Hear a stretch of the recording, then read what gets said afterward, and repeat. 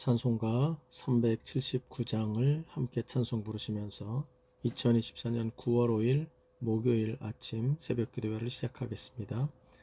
찬송가 379장 함께 찬송하십시다. 내 갈 길 멀고 밤은 깊은데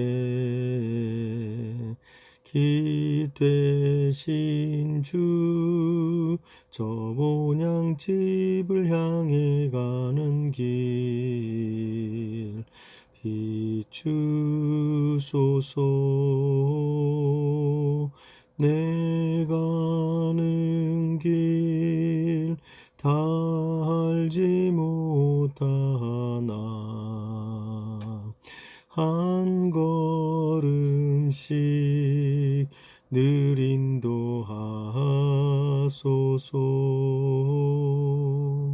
이전에 방탕하게 지낼 때에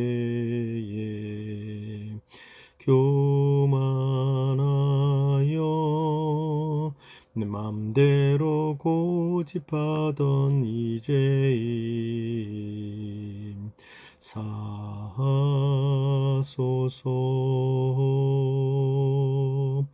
내 지은 죄 다 기억 마시고 주 뜻대로 늘 주장하소서.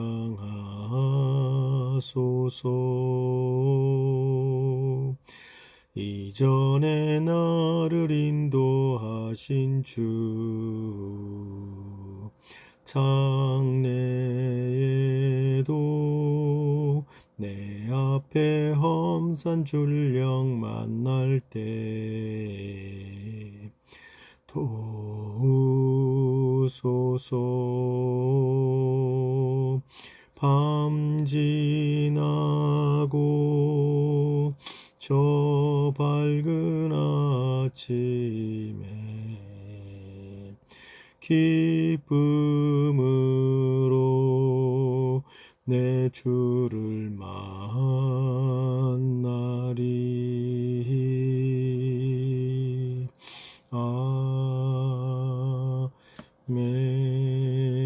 아멘. 아멘. 오늘 함께 여러분과 나눌 하나님의 말씀은 구약성경 열왕기하 3장 1절부터 12절까지의 말씀을 나누도록 하겠습니다. 열왕기하 3장 1절에서 12절까지의 말씀을 저와 여러분이 한 절씩 나누어서 읽습니다. 제가 먼저 1절 말씀을 읽겠습니다. 유다의 여호사밧 왕 18째 해에 아합의 아들 여호람이 사마리아에서 이스라엘을 12해 동안 다스리니라. 그가 여호와 보시기에 악을 행하였으나 그의 부모와 같이 하지는 아니하였으니 이는 그가 그의 아버지가 만든 바알의 주상을 없이 하였음이라. 그러나 그가 느밧의 아들 여로보암이 이스라엘에게 범하게 한 그 죄를 따라 행하고 떠나지 아니하였더라. 모압 왕 메사는 양을 치는 자라. 새끼 양 10만 마리의 털과 수양 10만 마리의 털을 이스라엘 왕에게 바치더니 아합이 죽은 후에 모압 왕이 이스라엘 왕을 배반한지라. 그때에 여호람 왕이 사마리아에서 나가 온 이스라엘을 둘러보고 또 가서 유다 왕 여호사밧에게 사신을 보내 이르되 모압 왕이 나를 배반하였으니 당신은 나와 함께 가서 모압을 치시겠느냐 하니 그가 이르되 내가 올라가리이다. 나는 당신과 같고 내 백성은 당신의 백성과 같고 내 말들도 당신의 말들과 같으니이다 하는지라. 여호람이 이르되 우리가 어느 길로 올라가리이까 하니 그가 대답하되 에돔 광야 길이니이다 하니라. 유다 왕과 이스라엘 왕과 유다 왕과 에돔 왕이 가더니 길을 둘러간 지 7일에 분사와 따라가는 가축을 먹일 물이 없는지라. 이스라엘 왕이 이르되 슬프다. 여호와께서 이 세 왕을 불러 모아 모압의 손에 넘기려 하시는도다 하니, 여호사밧이 이르되 우리가 여호와께 물을 만한 여호와의 선지자가 여기 없느냐 하는지라. 이스라엘 왕의 신하들 중에 한 사람이 대답하여 이르되 전에 엘리야의 손에 물을 붓던 사밧의 아들 엘리사가 여기 있나이다 하니, 여호사밧이 이르되 여호와의 말씀이 그에게 있도다 하는지라. 이에 이스라엘 왕과 여호사밧과 에돔 왕이 그에게로 내려가니라. 아멘. 오늘도 주님을 의지하여 그의 말씀을 붙잡고 하루를 시작하는 여러분들에게 하나님의 말씀의 교훈이 임하고 그 가르침대로 살아가는 은혜가 있게 하셔서 말씀이 약속한 복된 그런 모든 축복이 함께 하시는 은혜가 있기를 주님의 이름으로 축복합니다. 우리는 계속해서 지금 열왕기의 말씀을 묵상하고 열왕기 작년에 열왕기의 상을 묵상한 것에 이어서 올해에 우리가 열왕기 하의 말씀을 묵상하고 있습니다. 열왕기 말씀이 이 전반부에 나타나는 중요한 주제가 있다면 바로 엘리야의 선지자의 시대가 지나고 그 뒤를 계승한 엘리야 선지자의 시대를 설명하고 있는 내용이 나타나고 있습니다. 이것은 대단히 의미가 있습니다. 언뜻 우리는 열왕기의 말씀이니까 아마도 왕들의 이야기가 계속되리라 생각이 되어지지만, 의외로 왕의 이야기 중간중간에 이 왕이 아니라 선지자의 이야기가 나타나고 있음을 보게 됩니다. 왜 그럴까요? 그것은 바로 열왕기서가 갖고 있는 이중적인 메시지를 선포하고 있기 때문이라고 말할 수 있습니다. 그 중에 첫째는 열왕기서는 바로 그 무엇보다도 우리는 열왕기니까 이 이스라엘의 왕들이 어떤 사람들이 왕이 되어서 어떻게 다스리고 그 결과가 어떻게 됐는가 하는 인간 왕에게 초점을 두고 있는 것처럼 느낄 수 있지만, 그러나 사실은 열왕기에 굉장히 보이지 않는, 아니 또 어떻게 보면 눈에 보이는 노골적인 주제 중에 하나가 이 이스라엘을 다스리는 진정한 왕은 눈에 보이는 왕이 아니라 바로 여호와 하나님이시다. 이 여호와 하나님이 진정한 왕이시다 라고 하는 것을 보여주고 있는 것이 이 열왕기에 대단히 중요한 그러한 주제입니다. 그러다 보니까 이 열왕기에서 이 선지자들이 나타나게 되는 까닭은 우리가 그것이 하나님의 다스림, 하나님의 왕되심과 그 이야기가 긴밀히 연결되어 있다는 것을 발견하게 됩니다. 그러므로 하나님 열왕기서에 나타난 첫 번째 주제는 바로 이 선지자들을 통하여 선포되는 말씀을 통해 명확하게 드러나는 하나님의 왕되심이다 하는 것입니다. 열왕기의 역사는 보이는 왕들의 역사인 것처럼 보이지만 사실은 그 열왕기의 모든 역사는 보이지 않는 하나님의 왕되심 하에서의 인간들의 반응이라는 것을 우리는 알게 됩니다. 우리는 기억하셔야 됩니다. 우리의 상황 속에, 우리의 또한 형편 속에 인간의 왕이 아무리 엉망진창으로 개판을 친다 할지라도 하나님이 그들 뒤에서 왕이 되어서 온 세상을 다스리고 계시고, 특히 하나님의 백성들은 말할 것도 없이 하나님이 왕 되시어 지금도 살아계시고 다스리고 계시는 현존하시는 왕이시다 하는 사실을 우리가 절대 잊어서는 아니 될 것입니다. 열왕기서에 또 하나의 메시지가 있습니다. 그것은 바로 인간 왕의 실패를 다루고 있습니다. 그래서 열왕기는 우리가 나중에 읽어보면 이 열왕기가 적혀진 시대가 언제겠어요? 아마 가깝게는 예레미야 정도의 시대일 수도 있을 거고요. 아니면 조금 멀게는 포로 이후에 돌아온 이스라엘 백성들일 겁니다. 누가 적었는지는 몰라요. 그러나 목적은 분명합니다. 즉 우리의 앞선 선조된 왕들의 실패, 그걸 통하여 우리가 지금 하나님께서 새롭게 일으키신 이러한 회복되어 돌아온 우리들은 어떤 나라를 만들어 가야 될지를, 이 타산지석이죠. 즉 실패한 역사를 통하여 우리는 그곳에서 성공하는 역사를 만들어 가기 위한 지혜를 얻으려고 하는 것이 열왕기하의 주제라는 걸 알게 됩니다. 그러므로 우리는 열왕기에서 언제나 두 가지를 발견해야 됩니다.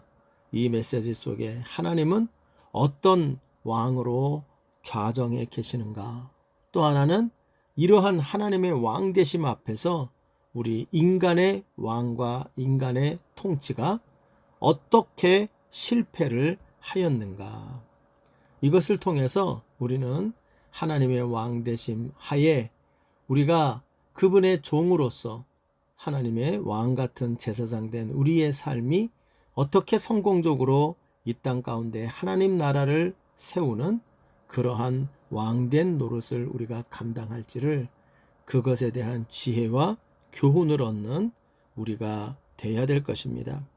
모쪼록 우리가 열왕기의 말씀을 보는 동안 하나님의 변함없는 하나님의 왕되심을 발견하기를 바라고, 아울러 이 변함없는 하나님의 왕되심 앞에 실패가 아니라 참으로 왕같은 제사장으로서 우리가 그 사명 세상 가운데 잘 감당하는 주의 백성이 되기 위하여 우리의 삶을 어떻게 가다듬어야 할지를 잘 정돈하는 은혜가 우리 모두에게 있기를 바랍니다. 이제 오늘의 본문도 사실은 이제 엘리야의 시대가 마무리되고, 그리고 이 엘리사의 시대가 열려서 엘리야의 그 사명을 엘리사가 계승해 가고 있는, 계승하였다라는 것을 강조해 주고 있는 내용 중에 나타나는 또 하나의 이야기라고 말할 수가 있습니다. 이것은 이제 모압과의 전쟁을 통해서 하나님이 여전히 이 이스라엘을 넘어서 열방을 다스리고 계시고, 이 하나님의 다스리심을 드러내는 존재로서 하나님이 엘리사를 세웠다 하는 것을 잘 보여주는 또 하나의 사건이 되어지고 있는 것입니다. 그러므로 오늘 본문을 통해서 엘리사를 세우시면서 이스라엘과 열방을 다스리시고 있는 여전히 왕이 되어 계신 그 하나님은 어떤 분이신가 하는 것을 오늘 본문을 통하여 우리는 배우게 됩니다.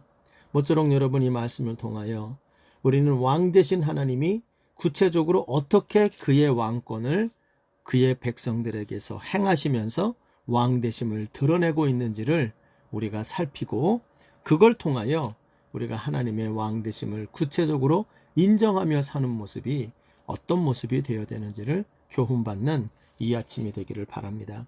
오늘 본문의 말씀을 통하여 엘리사를 통하여 이스라엘에 여전히 이스라엘을 다스리고 열방을 다스리시는 그 왕 되신 하나님의 모습이 제일 먼저 나타나는 첫 번째 모습이 있다면, 오늘 본문에서는 바로 왕들을 친히 직접 평가하고 계신 하나님이시다 하는 것을 발견하게 됩니다. 무슨 얘기입니까? 오늘 본문을 읽어보면 본문에서 하나님이 이 왕들이, 오늘 본문에는 크게 세 왕이 나오죠. 그것은 바로 이스라엘 왕, 그 다음 유다 왕, 그 다음 에돔 왕, 세 존재가 나오는데요. 이 중에서 에돔에 대해서는 별 말이 없지만 이스라엘 왕이 되고 있는 아합의 아들 여호람과 그리고 유다 왕이 되어 있는 여호사밧에 대해서 하나님이 명확하게 그들에 대하여 평가하고 있다는 것을 오늘 본문에서 나타납니다. 이 이야기는 진정한 왕은 이스라엘의 왕인 여호람이나 또 남유다의 왕인 여호사밧이 진짜 왕이 아니라, 진짜 왕은 오직 여호와 하나님, 그 하나님이 평가하고 계시고 바라보시면서 평가하시는 게 바로 우리 하나님이시다, 왕 되신 하나님이다 하는 사실을 보여주고 있습니다. 이스라엘 왕들, 특별히 아합과 비롯된 아합을 이어받은 그의 아들들의 왕들의 모습은 하나의 착각을 가지고 있어요. 즉 자기들이 다스리니까 그 나라가 자기 것인 줄 알고 있고요. 또 자기들이 다스리니까 그 나라의 백성과 신하들을 자기 맘대로 할 수 있는 것처럼, 그리고 그들을 자기가 평가하고 자기 생각대로 마음대로 할 수 있을 것처럼 이렇게 생각을 하고 있습니다. 그러나 오늘 본문을 읽어보면 그 왕들의 또에 그 위에 있는 왕이 계시다는 거예요. 그 진정한 왕은 본인들이 아니고 본인들을 평가하시는 하나님이 진짜 왕이심을 보여주고 있는 것이 오늘 본문의 말씀이라고 이야기할 수 있습니다. 그 자세한 얘기가 1절로 3절에 등장하죠. 여기 보면 유다의 여호사밧 왕 18째 해에 아합의 아들 여호람이 사마리아에서 12해 이스라엘을 12해 동안 다스리니라. 그러니까 이제 아합의 아들이었던 그 첫 번째 그 왕, 거기에 있던 아하시아는 2년 만에 떨어져서 그가 죽게 되죠.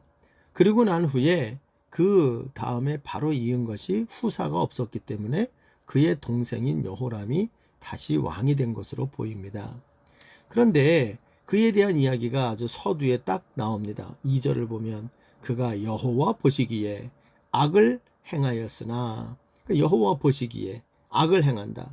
하나님 앞에서 하나님이 그를 보고 계시다는 거예요. 그런데 그 평가가 뭐냐? 악을 행하였다. 그런데 재미있게 나오는 것은 그 다음의 표현입니다. 이렇게 나오죠. 그의 부모와 같이 하지는 아니하였으니. 아합을 가리키죠. 아합과 이세벨.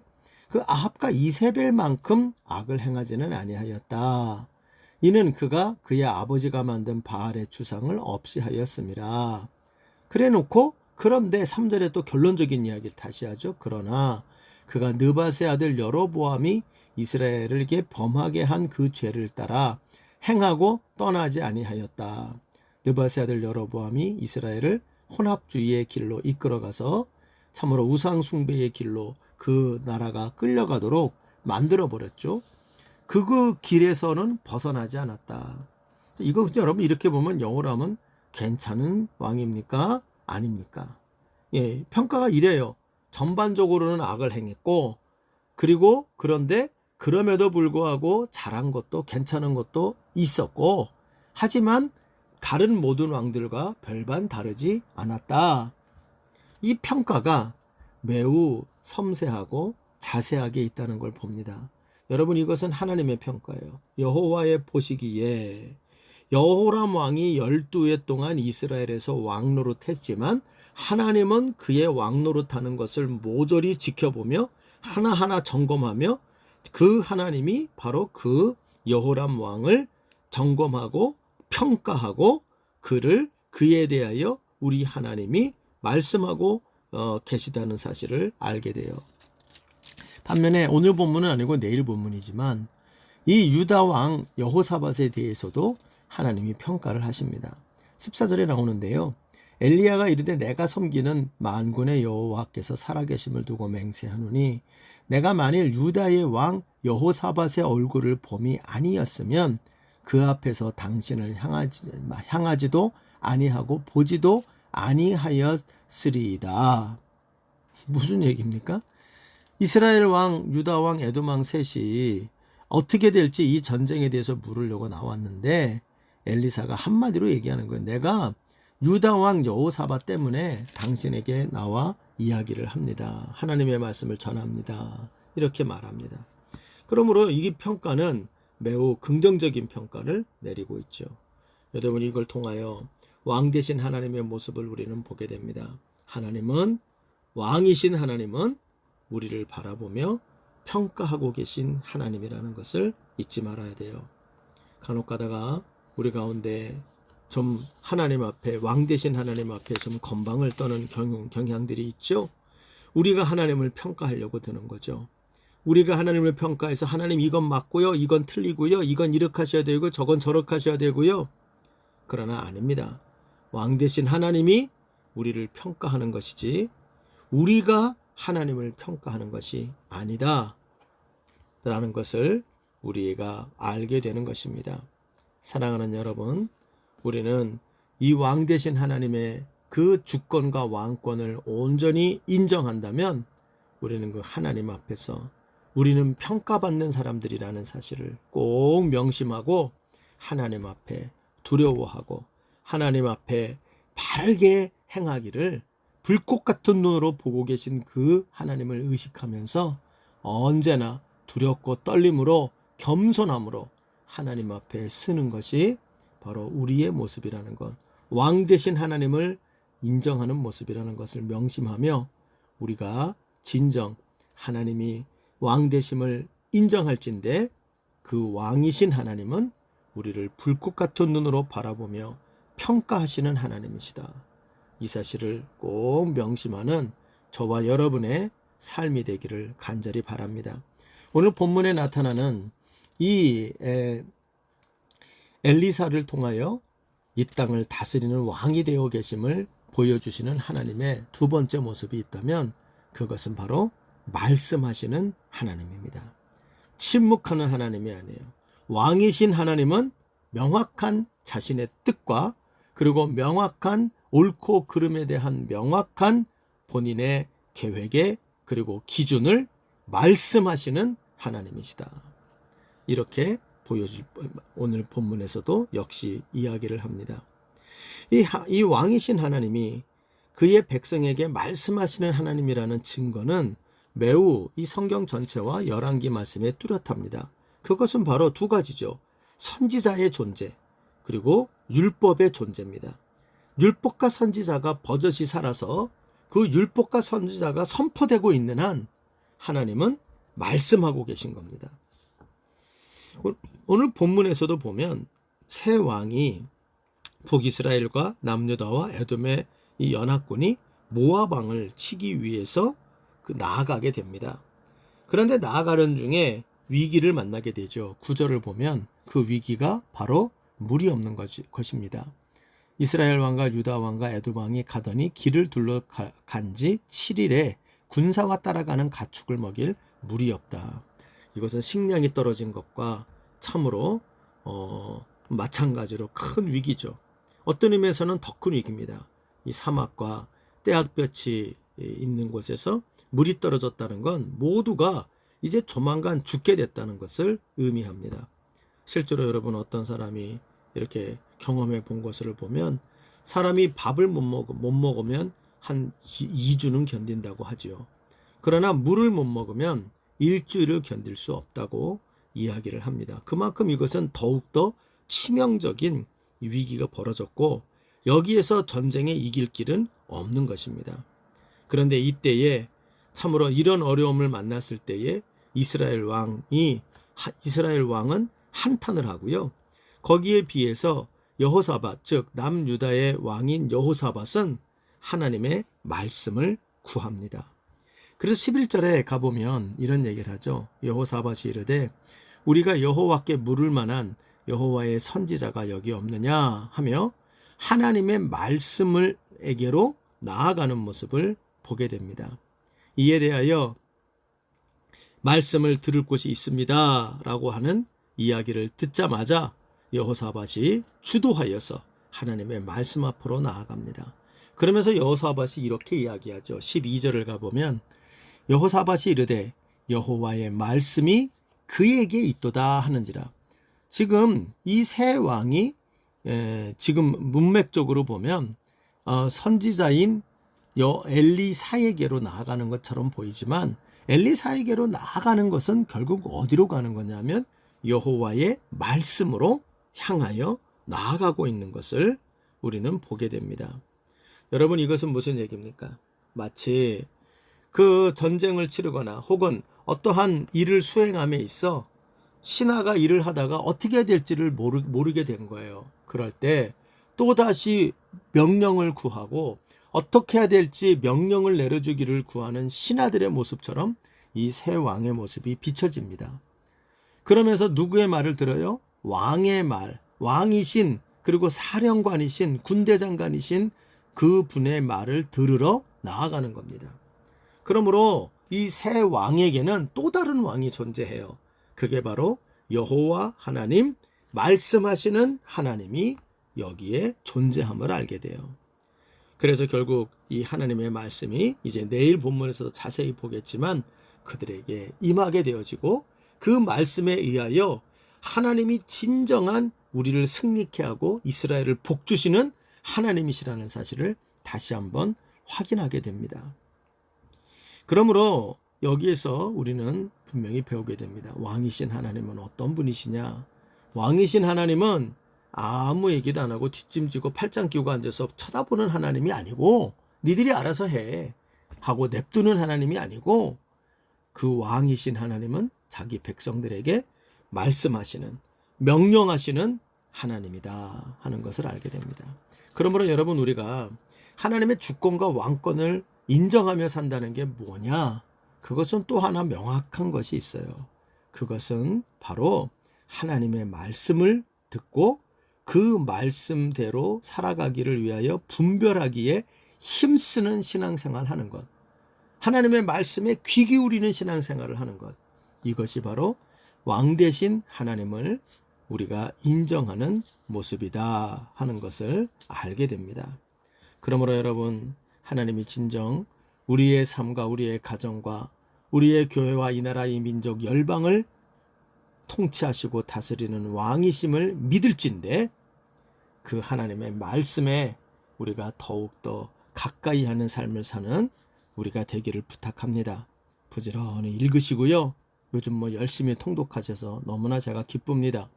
통독하시고 같이 또 하시고 또 반복해서 하시고 잘 해주시길 바랍니다.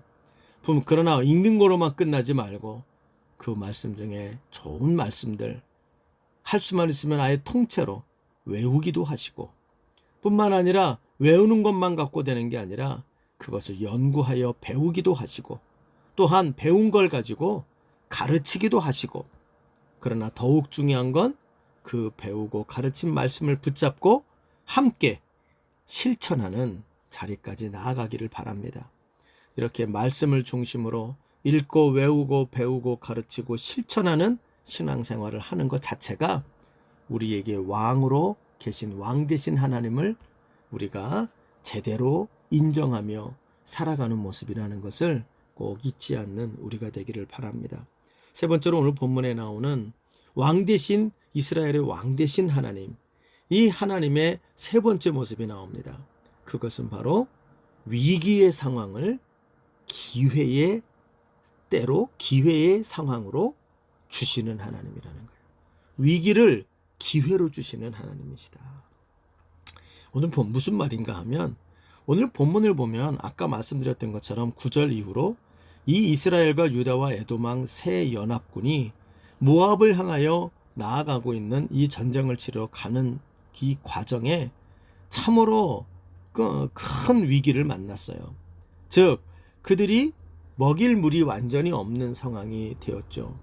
이 위기의 상황에 여러분, 이 세 왕의 반응이 다릅니다. 에돔 왕은 기회주의자예요. 어찌될꼬 보고 기회를 봐서 아마 그 싸움에서 빠지려고 하지 않았을까 하는 생각이 들고요. 그래서 그런지 아무 말이 없어요. 눈만 굴리고 있는 거죠. 번명의 10절을 보면 이스라엘 왕은 여호람이죠. 탄식을 합니다. 탄식을 하고 불평을 하고 원망을 합니다. 하나님을 향하여, 하나님 이게 뭐냐? 하나님 왜 우리를 하여금 이렇게 불러 모아갖고 우리를 망하게 만듭니까? 아니, 전쟁은 지 뜻대로 저질러 놓고 원망은 하나님께로 하는 거죠. 꼭 누구 같아 보여요? 그럼 이 모습이 바로 지금 이스라엘 왕의 모습입니다. 그런데 여호사밧은 이 위기를 어떻게 합니까? 하나님께로 나아갈 기회로 만들어요. 11절 12절에 그렇게 잘 나오잖아요. 그래서 어떻게 됩니까? 여호사밧이 이때 우리가 하나님께 물으러 가자. 이런 어려운 일을 만났는데, 우리 힘으로 안 되는 일을 만났는데 하나님이 우리하고 함께 계시다고 하는데 우리가 하나님께로 물으러 가자. 이 위기는 우리가 위기라고 봐야 되기 이전에, 위기로 간주하고 불평하고 원망하기 이전에 하나님께 나아갈 기회다. 더 하나님께 가까이 나아갈 때다. 이렇게 여호사밧이 분별력을 가지고 나오는 것을 보게 되는 것입니다. 그리하여 결국 이 여호사밧으로 인하여 이 엘리사가 이 왕들을 만나고 그 왕에게 참으로 그 당면한 문제를 해결하는 여호와의 능력을 보이고 더 나아가서 여기서 큰 승리를 얻을 수 있도록 만드시는 사건을 우리가 경험하게 되는 것입니다. 여러분, 우리가 이 사실을 기억하십시오. 때때로 하나님이 다스리시는데도 우리의 생각과 우리의 뜻에 이해가 되지 않는 위기들이 올 때가 있습니다. 하나님이 왜 이러시지? 하나님이 우리의 왕이 되어 계신데 왜 이런 상황이 벌어지지? 이렇게 우리가 고개를 갸웃하고 마음이 힘들어지고 또 인간적인 생각을 하면 원망하고 불평으로 반응할 수 있을 만한 일들이 우리의 삶의 곳곳에 지뢰처럼 터지는 것을 보게 됩니다. 그런데 위기가 없는 게 아니라 왕 대신 하나님의 통치 안에서 우리에게 주시는 위기는, 그것은 바로 하나님 앞에 더 가까이 나아가 하나님의 능력과 하나님의 긍휼과 하나님의 은혜를 경험하게 되는 기회가 되는 것이다. 이것을 우리가 기억해야 합니다. 위기 때에도 하나님은 다스리고 계십니다. 명심합시다. 우리가 바라지 아니하는 불평할 만한 일이 벌어졌을 그때에도 하나님은 여전히 다스리는 왕이 되어 계십니다. 그러하기 때문에 우리의 개인과 가정과 교회에 또 이 나라의 민족에 생기는 여러 가지 위기 상황들이 벌어질 때 우리는, 하나님의 백성들은, 이 위기는 하나님께 더 가까이 나아갈 기회이다, 나아갈 때이다, 이것을 명심하고 더 하나님의 곁으로 가까이 나아가 그 하나님의 통치와 다스리심을 실제로 경험하는 기회로 바꿔지는 은혜가 있어지기를 소원합니다. 오늘 말씀을 정리하죠. 하나님은 비록 엘리야라는 커다란 거성이 사라져도 여전히 하나님은 또 다른 사람 엘리사를 통하여 그 땅의 왕이 되어 다스리시는 그러한 변함없는 왕 되신 하나님이십니다. 여러분, 이 사실을 우리가 굳건히 믿고 하나님은 엘리야의 시대나 엘리사의 시대나 누가 지도자가 되느냐가 중요한 게 아니라 하나님은 여전히 왕이 되어 계시다. 하나님이 왕이시다. 여러분, 이 사실을 우리가 말씀을 통하여 확인하는 우리가 되기를 바랍니다. 그리고 왕 되신 하나님은 어떤 분이시느냐? 바로 이 불꽃 같은 눈으로 바라보시며 세밀하게 평가하고 계신 분이시라는 것. 또한 그 왕 되신 하나님은 우리에게 그저 니들끼리 잘해봐 하고 맡겨두는 분이 아니라 우리에게 구체적으로 간섭하시며 말씀하고 계신 하나님이라는 것. 더 나아가서 때때로 하나님의 다스림 하에 우리가 이해하지 못할 일들이 벌어지고 위기처럼 보이는 일들이 벌어지지만 위기는 하나님께 더 가까이 나아가는 기회가 되는 것이라는 것. 이것을 기억하고 이 평가하시고 말씀하시고 위기를 기회로 바꾸시는 하나님의 다스리심을 믿으면서 하나님 신실하신 왕 되신 하나님께로 우리의 삶이 항상 날마다 전진하는 우리 모두가 되시기를 주님의 이름으로 간절히 부탁드립니다. 주님 가르치신 기도로 마무리합시다. 하늘에 계신 우리 아버지여, 이름이 거룩히 여김을 받으시오며 나라의 마옵시며 뜻이 하늘에서 이룬 것 같이 땅에서도 이루어지이다. 오늘날 우리에게 일용할 양식을 주옵시고 우리가 우리에게 죄 지은 자를 사하여 준 것 같이 우리의 죄를 사하여 주옵시고 우리를 시험에 들게 하지 마옵시며 다만 악에서 구하시옵소서. 대개 나라와 권세와 영광이 아버지께 영원히 있사옵나이다. 아멘.